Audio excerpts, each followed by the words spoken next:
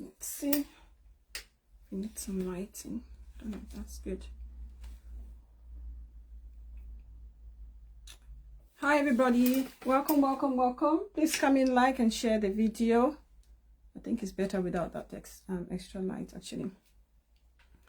Please come in, like and share the video.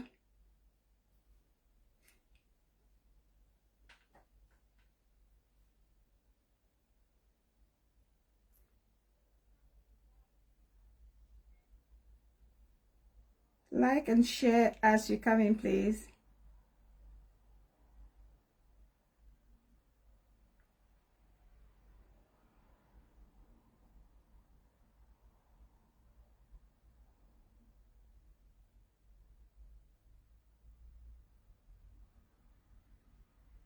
Welcome. Please come in, like and share the video as you join. Thank you.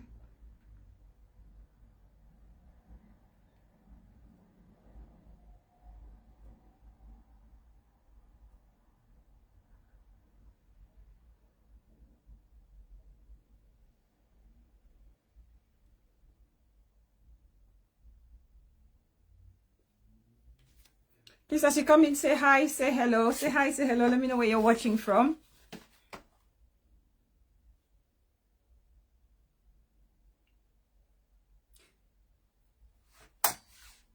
Auntie Ross. Hi, Auntie Ross. Thanks for joining. Welcome. Oh, my baby sis. Faith Nashi, I see you, darling. Welcome. Please, as you join, like and share the video for me. Do me a favor. Do your lady a favor and share. Do me a favor, like and share, please.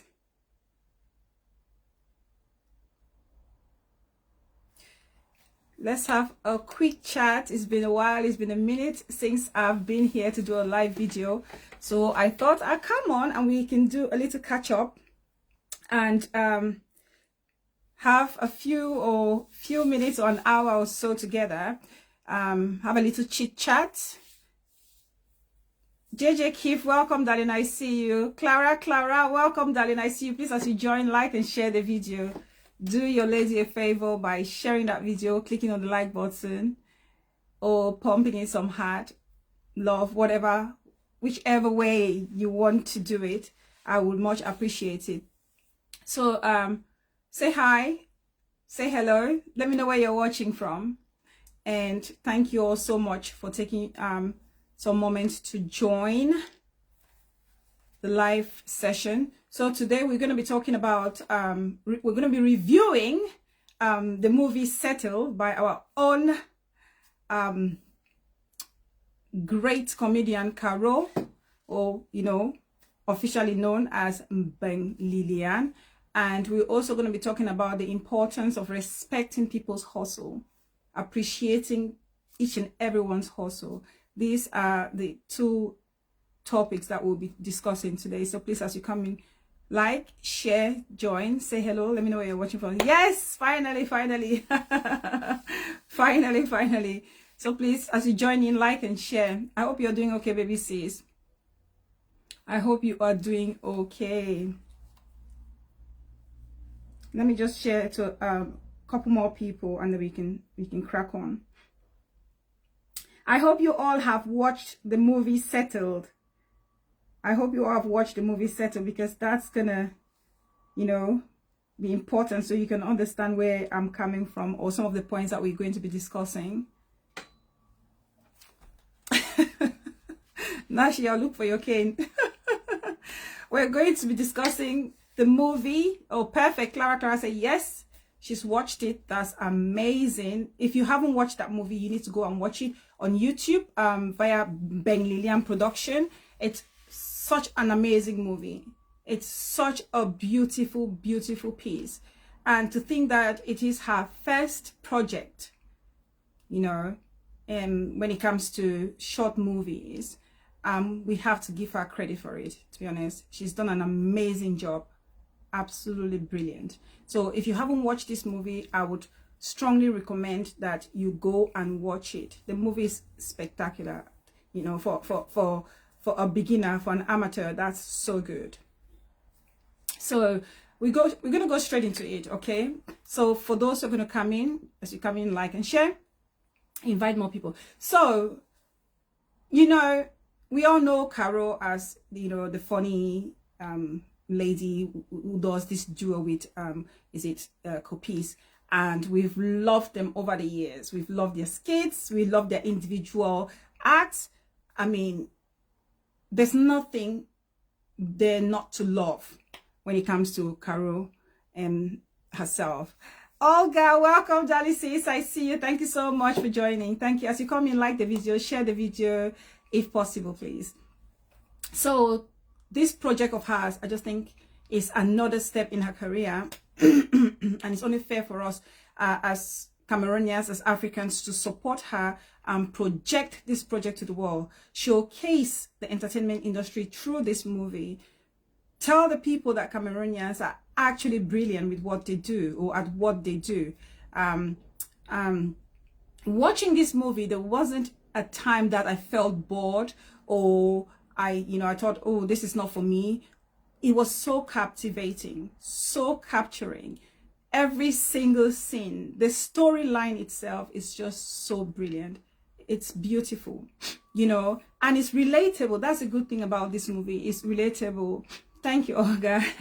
It's relatable, you know, for couples all around the world. It's not just for us Africans. The storyline is relatable to anyone, wherever you are. It doesn't matter what race or gender. It's relatable because it has to do with real life struggle of couples, be it fiancés or especially married couples.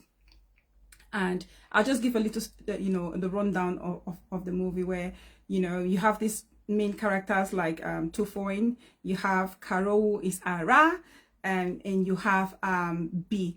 B can be from Bafut, B can be from Mancom, B can be from anywhere in the Northwest, but I love that name B. Most people with that name B, I don't know, they are always so nice. They are always so calm and collected. But for some reason, this B, this time around, failed me. She failed me, okay? And so, well, that's just in the movie, okay, with regards to her actions in the movie. So in this movie, you see Carol married to this good-looking man, Tufoin, and unfortunately, Tufoin has lost his job as the man of the house. He was the breadwinner. He used to provide for the family, as any African man would want to do. And, you know, for any man, especially the African man, you know, the pride, the joy they have when they have to look after their family, their wife, their kids, and the extended family. But for Tufoin, it's not the case, because he's lost his job, and he has to literally struggle to make ends meet. And Carol now takes over. She's almost like wearing the pants in the relationship, and which is not something that is unusual or unheard of. It happens, okay? But the only issue here is the fact that she then starts disrespecting her husband just for the mere fact that he cannot bring something tangible to the table. Now, there is something, you know, about this movie that, great lessons that we can learn from this movie. Amazing lessons that we can learn from this movie. We can learn about how couples struggle. You know, the saying, for better or worse. When people get married and they take the pledge or the oath and say, this is for better or worse. This movie depicts that in totality, because you actually see these couples struggling during their worst period. Okay, were they able to manage it? I don't think so. I don't think so. Okay, based on the relationship that was existing before and the now. Carol disrespecting her husband, not cooking and serving him food, refusing him his matrimonial right, refusing that he cannot consummate his marriage or his union, which is his, you know, matrimonial right, because as a married couple, it's only fair for you to consummate your marriage. But Carol was not having any of this, and it was hard for the man.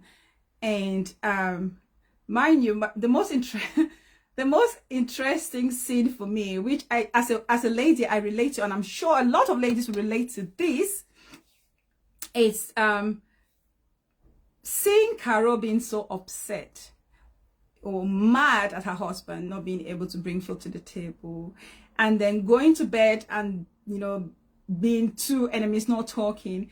But you can still see her. She's literally, pride is killing Carol. Pride is killing us. A lot of us ladies, pride. We are in that union. We are upset. Yes, we miss that affection and love from our husbands or spouses or partners. But due to that pride in us, we are holding back. There is a scene where Carol is lying there in bed. The husband is also next to her. And cheeky Carol projects her lady endowment towards her husband, teasing him, almost inviting him to come on. But then again, it's a back slap, because she then shoves him away when he makes this move to actually, you know, engage with what she was actually inviting. And I laughed because as a lady, this, I mean, most of us have done those things. Most of us ladies, we've done these things to our men. We have done it. Okay, we've done it. It's some sort of punishment. We do that on purpose because we want to inflict emotional pain on them. Though she acted bad, but she loves the man. Yes, she truly, she loved her husband. She did love him. And there's one thing also, there's something that we need to learn from this movie. As women, this, for better or for worse, is not to be played with. It's not to be joked. It's not just something you just say it at the altar, or when you do your civil marriage, you say those things. When you say those things, you mean them. Because trust me, you don't plan for circumstances to go left. When you get married, you don't plan for it to go left, but it can happen. Nobody prays for that, but it can happen. But be prepared. Make sure when you're committing yourself to that union, you're mentally and physically ready to take on the bad moments, because they are not easy moments. They're very challenging, very, very challenging, as it were the case with Carol and her, with Ara and her husband. You know, we have to be there for each other as a couple when times are great and when they are not so good.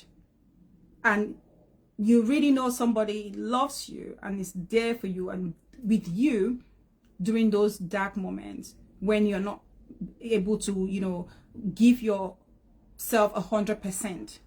And that's something that's out of your control, not by your making. You know someone is there for you because they come, they show up, they support you. And by us women supporting our partners, or by you, the man, supporting your wife, you are giving them that boost, that encouragement to go out there and fight to get back on their feet. Because trust me, what Carol was doing in that movie, which is a lesson for a lot of us, a lot of us partners, is that what she did was literally emasculate her husband. It totally took away his manhood, and you can see how lost the guy was. He was literally confused. He didn't have any direction in his marriage. He didn't know what to do. He had given up in the union, and he had to walk out at one point. Which, I mean, again, bring them on camera. Hi sis, welcome. I see you. I see you. Thank you for joining. Please, as you come in, like and share the video. A lot of people cannot take it. A lot, okay? And that's what happened to Tufo. He walked out of the marriage. But also, there's this very important moral lesson in that movie when it comes to friendship. There's this very important lesson. But before I get to that, actually, before I get to the friendship part of this movie, please, as you come in, like and share, and let me know where you're watching from.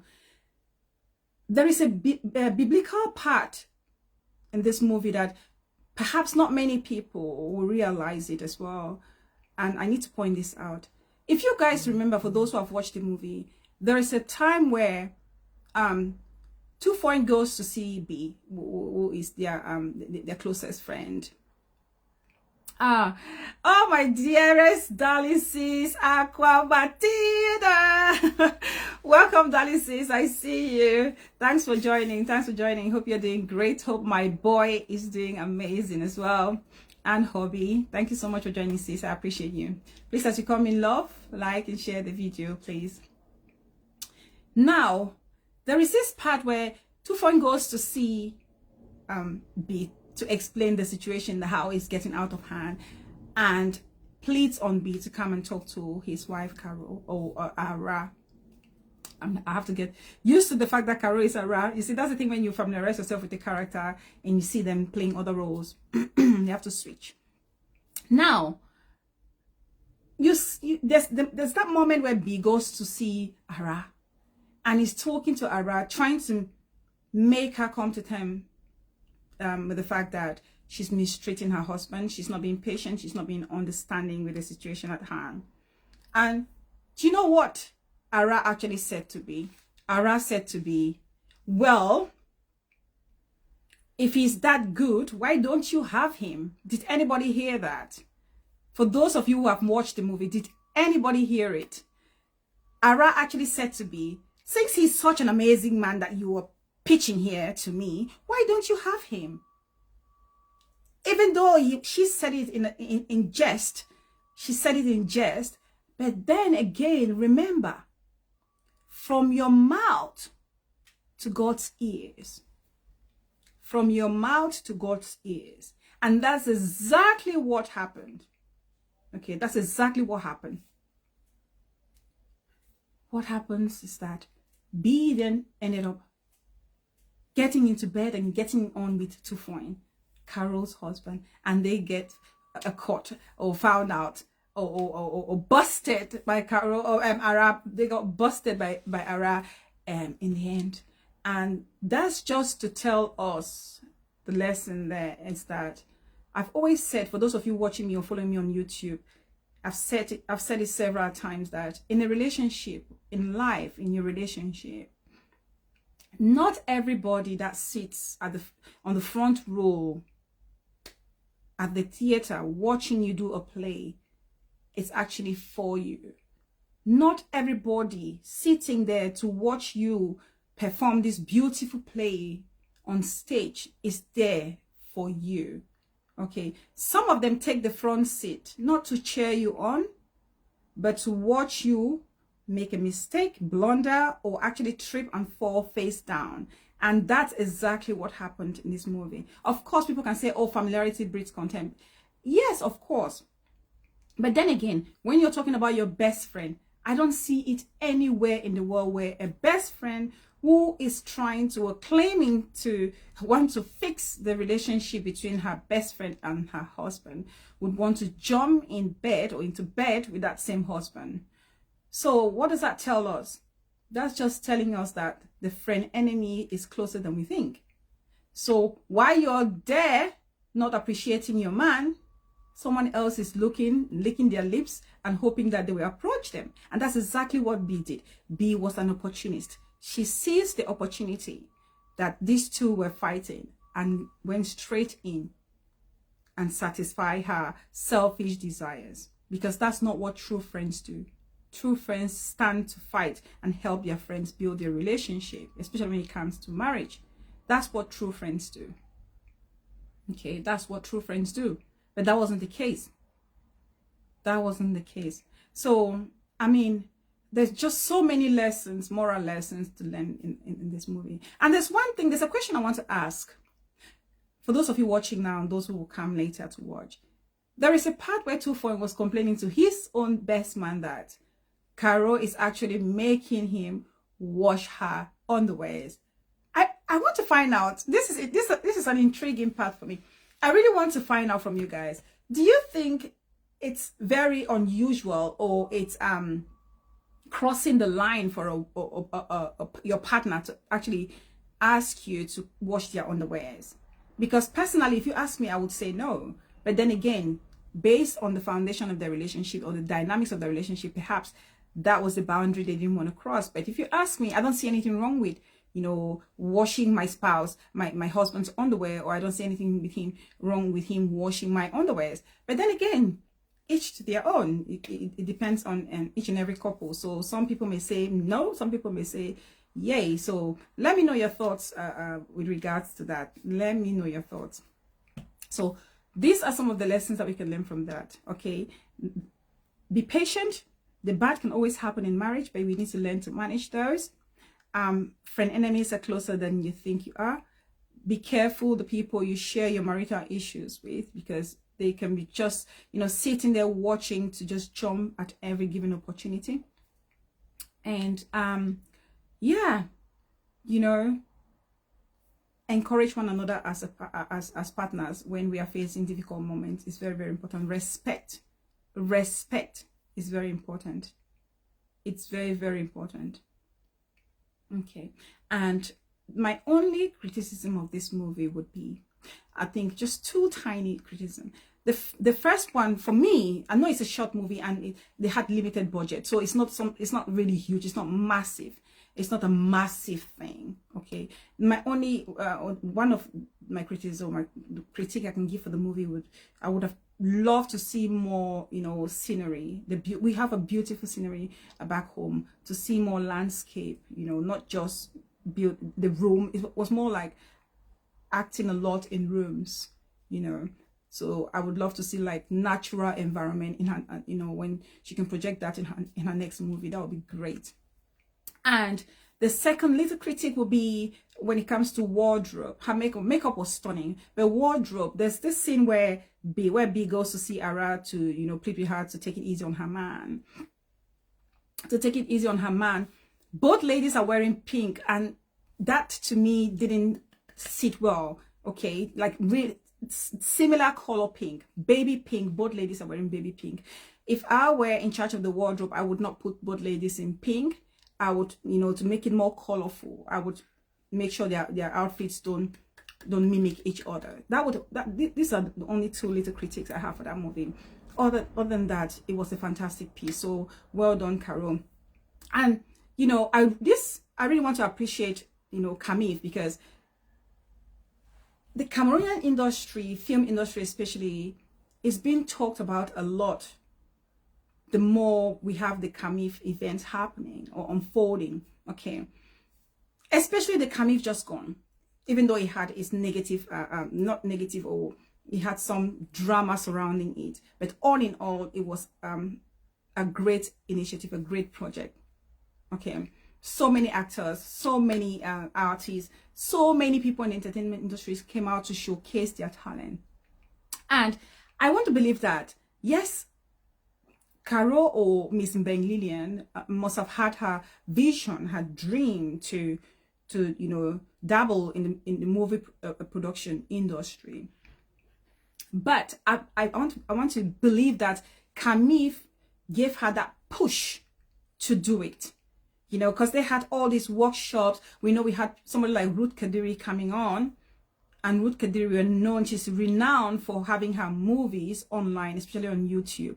And of course, Mbeng Lillian was very close, and she said how she admired Ruth Kadiri. And of course, if you admire somebody, that person then becomes an inspiration to you or for you, and you take on board the great things that this person is doing. And I suppose that is what Mbeng Lillian is emulating, you know, getting into that same direction where Ruth Kadiri is. And I think it's fantastic, because I don't think we have that in Cameroon at the moment.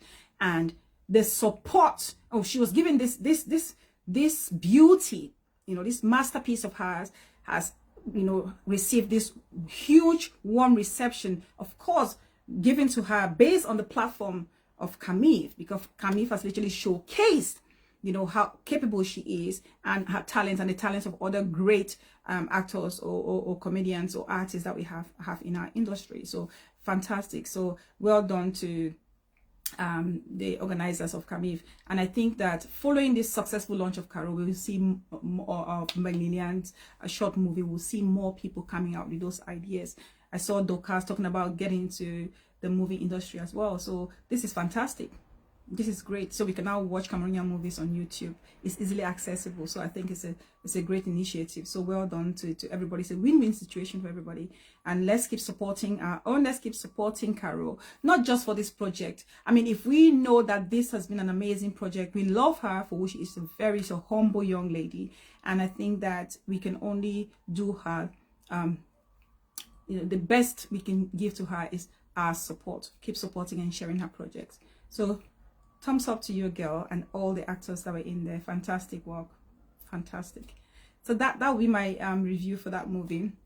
And if you're watching and you have anything to say about the movie, be it positive or negative, please feel free to drop your comments and let me know, so others can also learn from me. I mean, she probably, hopefully, can read it, stumble on it by accident, and you know, that's how you grow, picking up those little critiques and working on them.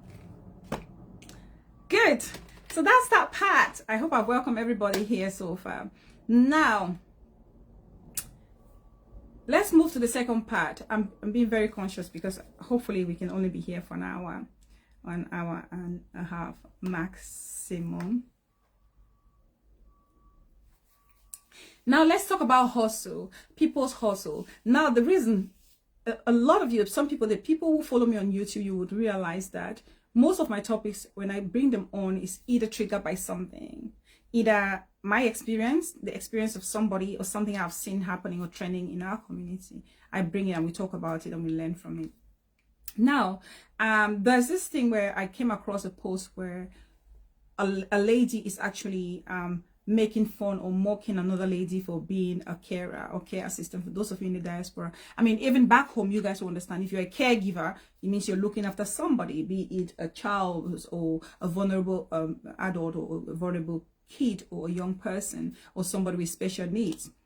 And that's a very prominent profession here in the diaspora. And I saw someone make fun of a lady who is actually a caregiver, and that literally broke my heart to think that we still have that stereotype, making fun of people's profession. And there are so many things we don't understand about profession, or maybe people like that do not understand when it comes to career paths. And it's very important that we understand these things. Okay, it's very important that we understand these things. Olu!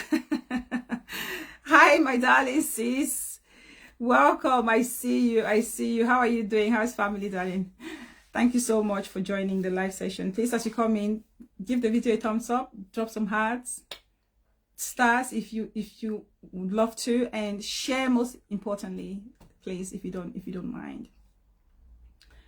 So one of the things I would always say to people, welcome Mariam, I see you sis. Thank you so much for joining. Please, as you come, like and share. One of the things that people need to understand is, as long as someone is hustling, legit hustling, you should encourage them.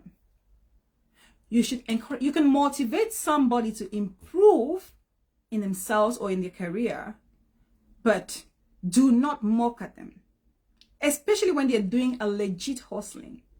There shouldn't be a reason why anyone should be mocking someone who is doing a legit hustling.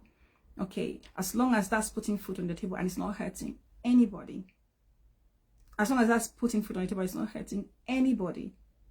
A lot of us that came to the diaspora, a lot of us, doesn't matter your qualification that you had back home, so many of us, 90% of us came here, and the first job you can actually get your hand on easily is a caregiving job. And that's just the fact. That's just the fact. Caregivers are like hot cake because they need them. And the people in the diaspora, you know, the Oyibo people, it's not so much their thing. For some reason, they don't like doing that.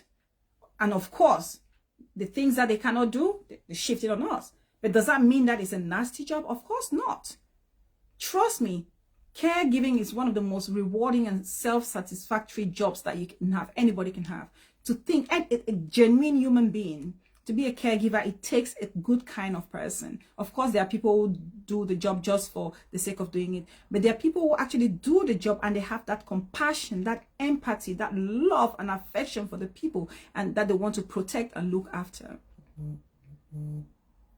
And you don't see that in any, you know, the white collar jobs. You don't see that. Most white collar jobs are very bureaucratic. You don't have that, you know, great relationship or bond among people. But with the care job, you have that satisfaction to know that you've helped somebody. You've taken the burden away from a family. You've given some level of independence to the person that you're caring for, okay, that you're looking after. There's that level of satisfaction. It doesn't matter. And the perception that people have about certain jobs in the diaspora is shameful, because the way we are back home is not the way things are here in the diaspora. The way things are back home is not what it is here in the diaspora. Mariam says, if I had that kind of a job, no be a shout saute. If I had that kind of a job, no be a shout saute. Yeah, because there's nothing wrong being a carer. Nothing whatsoever, Mariam. Nothing whatsoever. Now, people back home don't understand the nature of being a carer.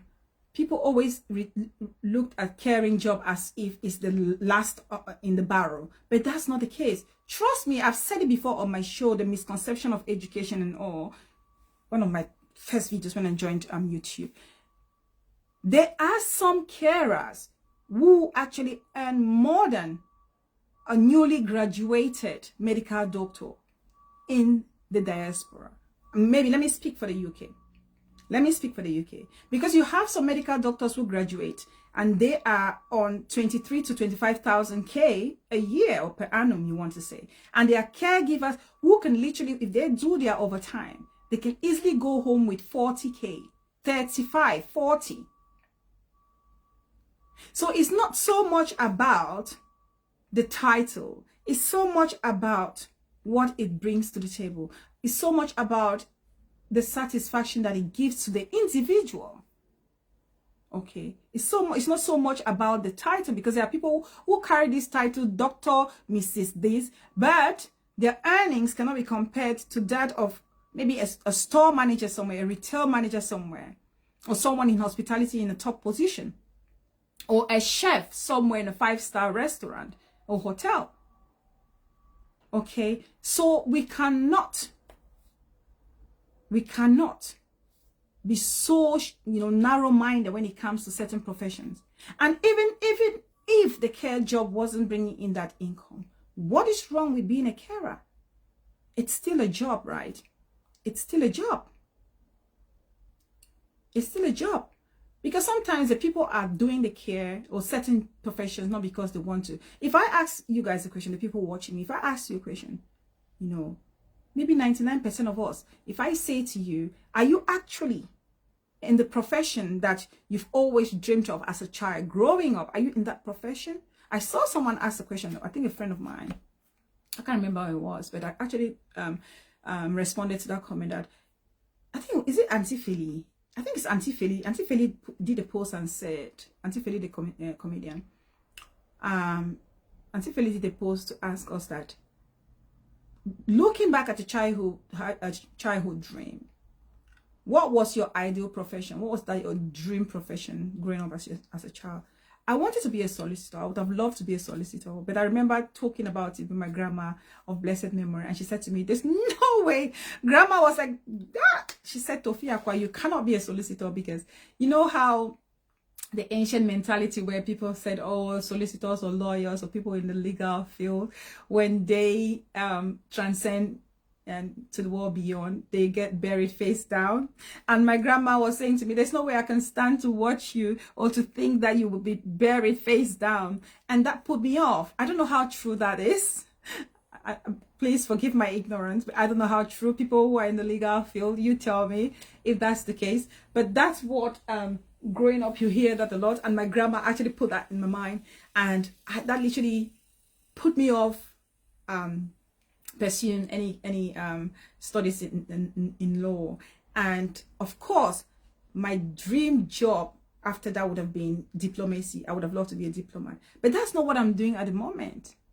That's not what I'm doing at the moment. But what I'm doing at the moment puts food on my table, you know, supports my family, my immediate family, support my extended family, and I'm happy.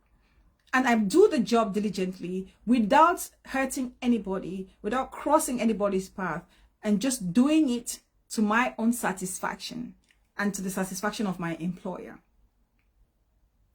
Does that make me a failed person? No. Does that make you, who was unable to actually pursue that dream job of yours, does that make you a failed person? No, it doesn't. It doesn't. We know of people, we know of parents who actually have supported their children or kids from primary school to university and even doctorate degrees just by, you know, selling pop-off, beignet at Chombo houses. We know of women who have run at Chombo houses or sold fruits in the market and, you know, sponsored countless children, and they are all, you know, doing fantastic in their respective domains just from maybe hawking on the street. It's all about what you do it's legitimately, and it's all about how you do it, your dedication to that job. Your dedication to that job. It's all about your dedication to that job. Circumstances may push you to do, you know, to find yourself in careers or professions that you really didn't want to. But while you're at it, my advice to anybody is be the best.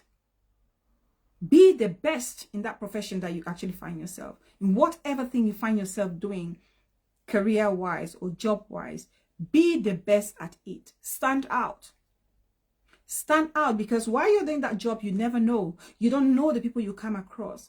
You may just come across someone that will change your life for good. Somebody that can literally just open the door to that perfect or dream career of yours. But if you are stuck in that mindset where you feel certain jobs are not for you, certain jobs I cannot do, oh, that's for the low class people, oh, that's for the chaffs in society, the last level in the barrel. No, if you have that mentality, then you can never find satisfaction. You would always struggle. You will lack that self-fulfillment because you have to live for the moment, you know, while hoping for the best in the future. Live in the moment while hoping for the best in the future.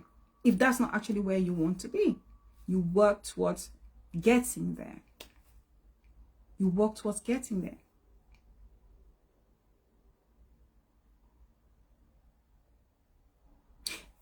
And, you know, this mentality of making fun of people's hustle is causing a lot of issues in our community. A lot. It's encouraging laziness, and it's encouraging, you know, youths making excuses for themselves why I cannot have a job. People say, oh, I'm, you know, shomenkam, always wanting the white collar job, always looking for the government to, you know, employ you. And whereas there are other opportunities out there for us to do, especially back home. Especially back home. We have lots of opportunities, but we miss those opportunities because we are stuck in this mentality that certain jobs are not for us. You cannot say you're doing shomenkam. Sorry, guys, just give me a minute. Just a minute, guys.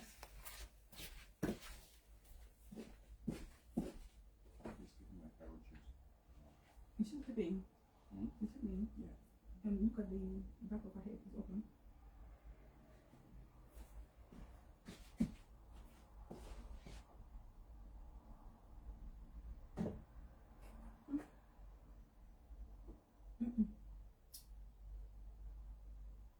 No.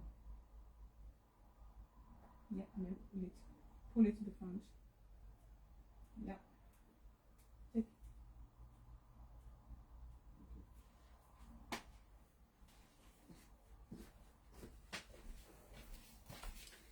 Oh, sorry, guys. Right. Where were we? Where were we? Please like the video. Like, share. Share the video, guys, please. What a noise.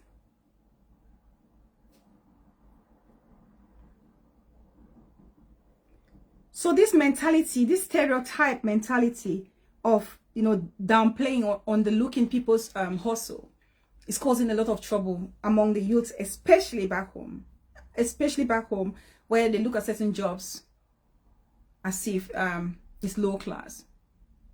There are a lot of graduates that you say to them, go to the farm and work. They're like, oh, I cannot. There's no way. Me, graduate, a whole me with law degree, a whole me degree international relations, a whole me, a graduate from ENAM, a whole me, this and that. I cannot do such a job. There are so many people who actually look down on certain professions. Yes. There are so many people. Ambrosia! Hi, darling sis. I see you. I see you. I see you. How are you doing? How's your family, darling? There's so many people. Let me tell you guys, I've shared this story before, my personal experience on YouTube, and I'll share this same personal experience again here on Facebook. I remember when I graduated. Okay, when I graduated from UB, Ambrosia is my handball mate, the captain. Back in the days in UB. Okay, that was my sporting buddy. So when I graduated from UB, and of course there were no jobs, dropped CVs here and there, nothing was forthcoming. You know, I had to think.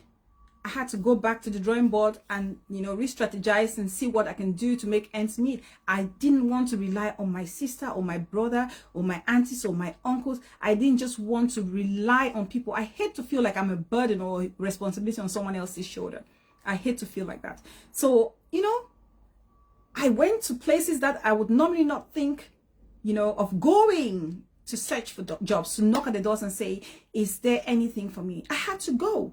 I had to humble myself and go. I went to brasseries, I went to bakeries, I went to Nestle. Talk of it, I went everywhere searching for a job. And in the end, I got given the opportunity or this position to be a salesperson in this Nestle franchise. So what we had to do is, well, I'm a graduate. We had to do was carry Nestle in bags, sacks and motors back in the days. You know, this fresh graduate from UB looking all nice and tight and snatched. Okay, this beautiful young graduate from UB, you know, going there, grabbing sachets of Nestle, filling some in my sacks and motor, or Ghana must go, if you may call it that way, you know, trekking from one location to another. I trekked from Bamenda down to Bafoot, down to Sani. Anybody who knows Bafoot. So we have to walk on foot. In order for you to make sales, you have to meet people, and you cannot be in taxis and make those sales. So what do? You have to trek. You have to walk on foot to make those sales. You have to be so humble. You have to that's when you appreciate every single person in your life. As a salesperson, you appreciate people. I want to think so, because every single penny counts. Every single francs, as it was in the case while in Cameroon, matters.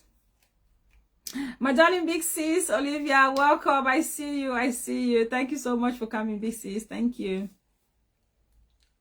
It counts. You trek, come rain, come shine. I was literally scorched in the sun. My complexion, I was like somebody from the northern region. I remember my friend, my best friend, my BFF.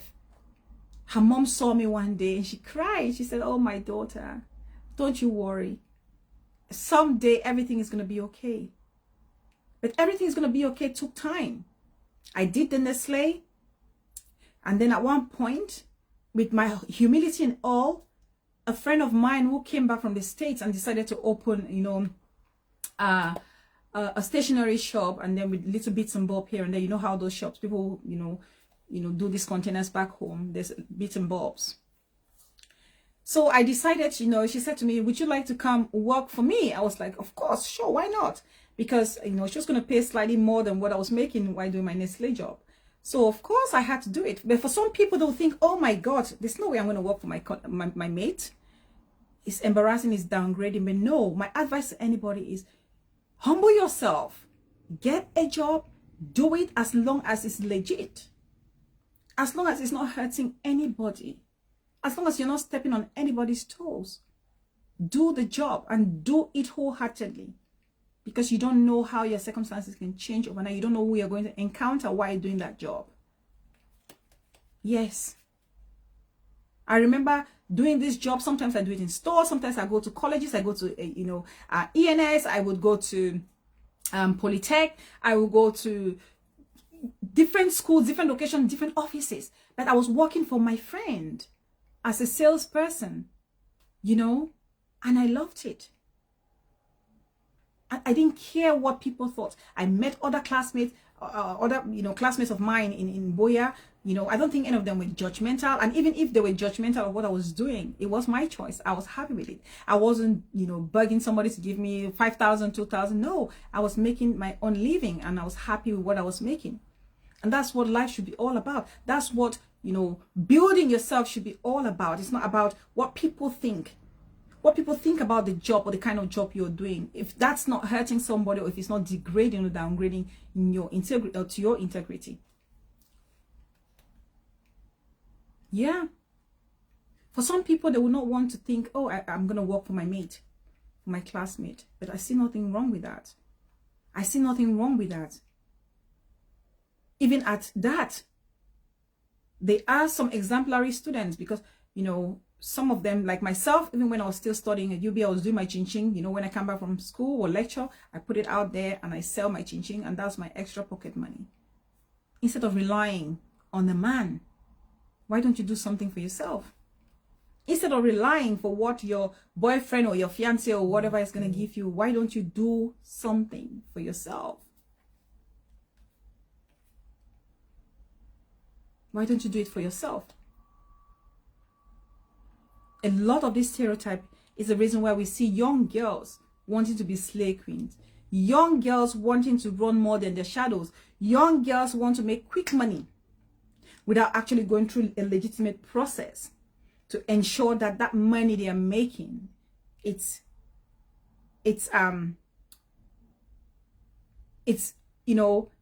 not only, how can I say, what can I use for it?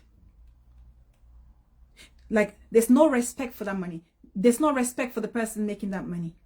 Because for you girls or you boys doing the hookup and things like that, just because you want to make money, you don't want to go out there and, you see, able girls and boys, you don't want to do, boiled egg and sell it with pepper by the roadside, because that's downgrading your person. You don't want to go to the farm to do agriculture because that's downgrading you. So you rather do slave girl, slave queen stuff. If we don't snap out of that mentality that certain jobs are bottom jobs, not meant for certain people, not for us especially, then we are going to be having these issues continuously in our community, in our society.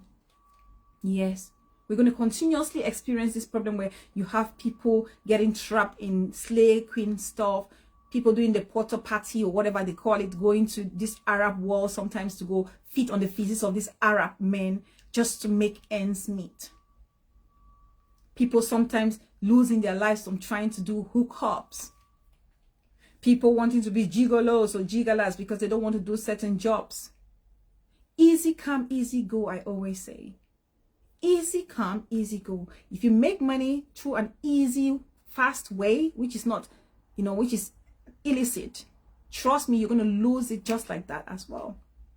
You're going to lose that money just as quick as you made it. Yes. You have young boys in their little gangs, doing their little rituals. You have them scammers. There was a story about this guy on Instagram. If anybody knows this renowned Nigerian guy who's now in serving long prison term in the States, called Hush Puppy. We all know the life he was leading on social media, and young boys were actually admiring him, aspiring to be him. You don't look at somebody, you don't look at, the wealth of another person and you envy and you want to have that same amount of wealth now. Because you don't know what people do behind closed doors. You don't know what people do behind closed doors. You just don't know. So if you can find a legitimate something that can put food on your table, by all means do it. By all means do it. By all means do that. It's very, very important. Yeah. So do not, I'll encourage any young person, any young boy, any young girl, do not allow anyone to make you feel bad about what you do in life, the kind of job you do. Do not. Do not. Build that confidence in yourself. Be innovative. Don't just wait for it to be given to you. Go out there and search for it. Go and look for it. If you cannot be given, what can you do for yourself? I see a lot of people coming on social media and having all the giveaways and things like that. But before you take that giveaway, whatever is going to be given to you, make sure you've sat down. If you're not doing anything at the moment, sit down, draw a plan, what you would like to do with that money. 5,000 is not small. 10,000 is not a small amount of money. You can start a business from 10,000 francs. You can start a business.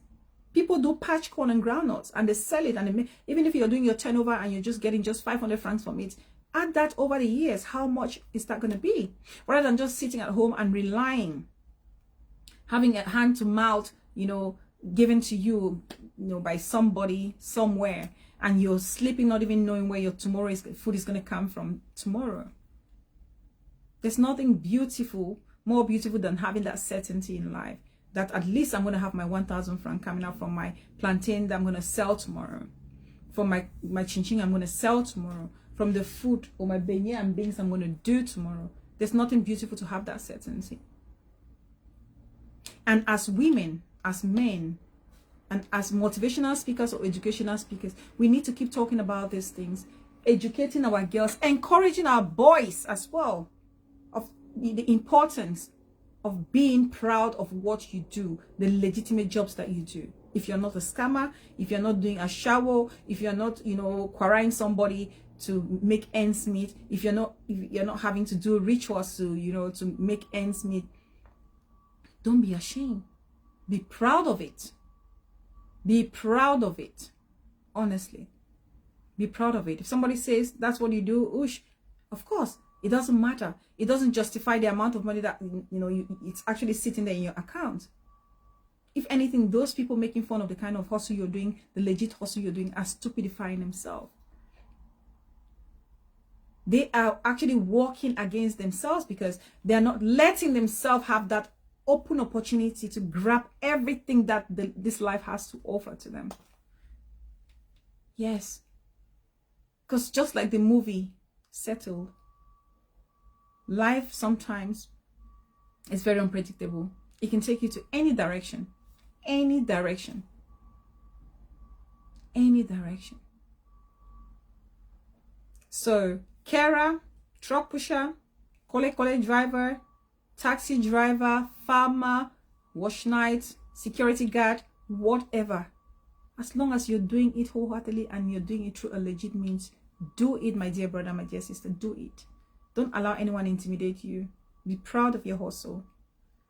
Proud of your hustle. If you're where you don't want to be for the rest of your life, while you're at it, put a plan in place on how you can improve yourself. Don't allow the external pressures of society, of other people who don't really care for you but just want to make you feel bad about yourself. Don't let that pressure get to you and you jump into doing things that are not legal or legit.